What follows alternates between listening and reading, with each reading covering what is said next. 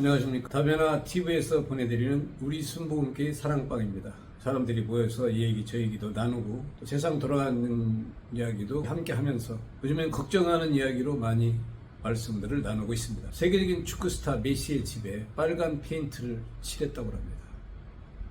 그 왜 빨간 페인트를 칠했느냐 하면 기후에 대해서 좀 관심을 가져달라. 특별히 여유 있는 사람들이 또 지도적 위치에 있는 사람들이 기후에 대해서 관심을 가져달라고 그렇게 했다는 것입니다. 기후 문제가 지금 심각합니다. 오늘 광화문의 지표 온도가 50도가 넘어갔다고 발표했습니다. 이러한 때에 과연 우리가 어떠한 정보를 가지고 믿고 의지하며 나갈 수 있는지 생각해 봐야 될 때, 예수님은 2000년 전에 세상에 오셔서 마태복음 24장에 오늘날 되어질 일에 대해서 말씀을 해주셨습니다. 특별히 그 중에서 마태복음 24장 23절에서 24절에 보면 거짓 그리스도와 거짓 선지자가 나타난다고 말씀해 주셨습니다. 잘못된 하나님의 말씀을 전하는 사람들이 많이 생긴다는 것이죠. 그리스도와 선지자는 기름 부음을 받아서 하나님의 뜻을 전달하는 사람들입니다. 그런데 잘못된 정보를 가지고 하나님의 뜻을 제대로 전하지 못하는 사람들을 거짓 그리스도와 거짓 선지자라고 할 수가 있겠습니다.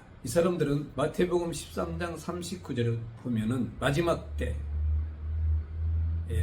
추수 때에 당을 짓는 자라고 말하고 있습니다. 추수 때는 예수님 오셔서 말씀으로 씨를 뿌리고 익은 알곡들을 거두는 때라고 봐야 되겠죠. 이러한 때에 당을 짓는 자들이 생긴다는 것입니다. 유다서 1장 18절에서 19절에 보면 이런 사람들은 예수님께서 추수한 알곡들을 모을 때 거기에 함께하지 않는 사람들이라고 봐야 되겠습니다. 지금은 상황을 볼 때 예수님 오셨다고 봐야 됩니다. 사단과의 마지막 최후의 결단을 내는 시기라고 봐야 되겠습니다. 그렇지 않고서야 이렇게 지구가 들끓고 이제 한계에 도달한 그런 시점이 이르렀다고 보기가 어렵습니다. 이러한 때에 제대로 하나님의 말씀을 깨닫고 그 말씀을 통하여 소망을 얻어야 되겠습니다. 근데 마지막 때에 이러한 예수와 함께하지 않고 예수님의 뜻을 바로 깨닫지 못하고 바로 전하지 못하는 사람들이 생긴다는 것입니다. 또한 요한일서 2장 18절에서 19절에 보면 적그리스도가 등장한다는 것입니다. 여러 가지 의미의 생각을 해볼 수 있겠지만 이 요한일서 2장 18절에 19절의 내용을 보면 예수님께서 오셔서 알곡성들을 거둘 때에 거기 함께하지 않는 사람은 당을 짓는 사람이고 거기 함께하는 사람은 구원을 얻겠지만은 그 함께 했다가도 나간 사람도 있다는 것이죠. 거기에 함께 있다가 나간 사람들, 요한일서 2장 18절에 19절에서는 적그리스도라고 말하고 있습니다. 처음에는 예수님께 속했으나 나중에 예수님을 떠난 자들이라고 말하고 있습니다. 예수님께서 오셔서 알곡성들을 거둘 때에 거기에 동참했다가 떠나간 사람들이라고 볼 수가 있겠습니다. 예수님께 속한 사람이 아닌 것입니다. 이들이 나간 것은 예수님께 속하지 않은 것을 드러내려고 나갔다고 성경은 말하고 있습니다.